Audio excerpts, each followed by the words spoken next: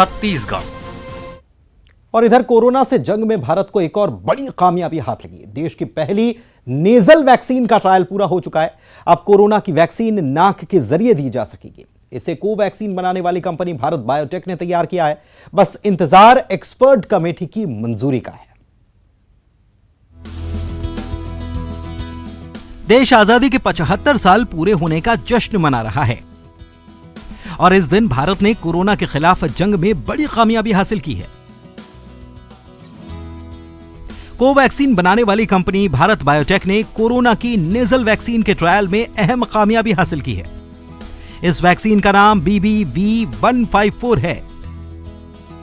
Nasal vaccine पर दो तरह के ट्रायल चल रहे थे। पहला परीक्षण 2 खुराक वाले प्राथमिक कोरोना वैक्सीन था और दूसरा बूस्टर डोज के तौर पर, जिसे कोवैक्सीन और कोविशील्ड लेने वाले लोगों को दिया जा सकता है।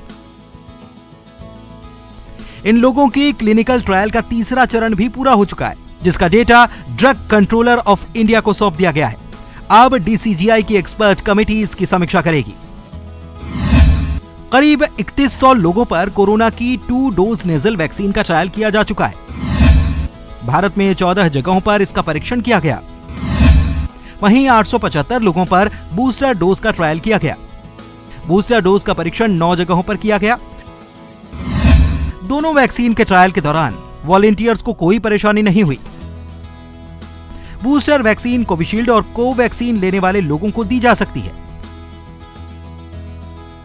ट्रायल के नतीजों के मुताबिक नाक के जरिए दिया जाने वाला यह टीका श्वसन तंत्र यानी कि श्वास नली और फेफड़ों में कोरोना से लड़ने के लिए एंटीबॉडी पैदा कर सकता है, जिससे कि संक्रमण कम होता है।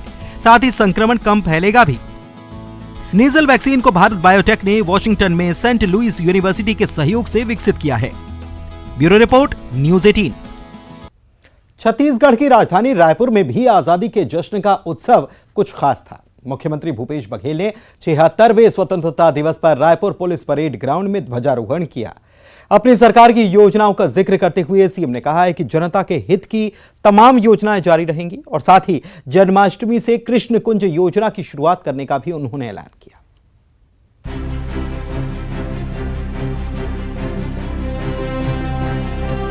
मुख्यमंत्री भूपेश बघेल ने 76वें स्वतंत्रता दिवस पर रायपुर पुलिस परेड ग्राउंड में ध्वजारोहण किया। परेड का निरीक्षण करने के साथ ही परेड की सलामी भी ली। उसके बाद पुलिसकर्मियों को सम्मानित किया।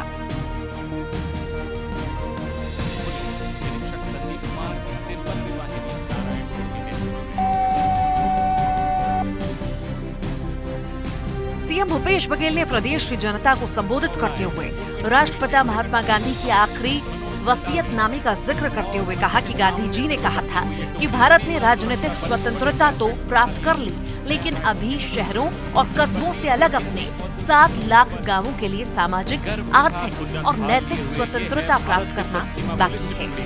निरीक्षक संदीप, मैं राष्ट्रपिता महात्मा गांधी के आखिरी वसीयतनामे का उल्लेख करना चाहूंगा। उन्होंने कहा था, भारत ने राजनीतिक स्वतंत्रता तो प्राप्त कर ली है, लेकिन उसे अभी शहरों और कस्बों से भिन्न अपने 7 लाख गांवों के लिए सामाजिक, आर्थिक और नैतिक स्वतंत्रता प्राप्त करना बाकी है। अपनी सरकार की योजनाओं का जिक्र करते हुए सीएम ने कहा कि जनता को राजीव गांधी न्याय योजना, गोधन न्याय योजना और राजीव गांधी ग्रामीण भूमिहीन कृषि मजदूर न्याय योजना जारी रहेगी। सीएम ने कहा कि मैंने मनरेगा को शहरी क्षेत्र से जोड़ने का प्रधानमंत्री से अनुरोध किया है। आजादी की 75वीं वर्षगांठ से फिर एक नया सफर शुरू होगा, जो न्याय की हमारी विरासत के साथ आगे बढ़ेगा और गढ़बो नवा छत्तीसगढ़ का लक्ष्य पूरा करेगा। मुझे विश्वास है आपका सहयोग और आशीर्वाद बना रहेगा। सीएम भूपेश बघेल ने कहा कि हमने आदिवासियों के हित में पैसा कानून लागू कर दिया। उनके जल जंगल जमीन को लेकर निर्णय लेने का अधिकार उन्हें होगा। विकास के बंद रास्ते खोलने के हमने उपाय और प्रयास किए हैं। इसके साथ ही उन्होंने 10,000 अतिरिक्त शिक्षकों की भर्ती करने की भी बात कही। इसी के साथ ही जन्माष्टमी के कृष्ण कुंज योजना की शुरुआत करने का भी ऐलान किया है। अमृत महोत्सव के इस रंग में न सिर्फ राजधानी रायपुर बल्कि सूबे के तमाम शहर भी रंगे नजर आए। Bureau report, news 18 Madhya Pradesh, Chhattisgarh. Madhya Pradesh और छत्तीसगढ़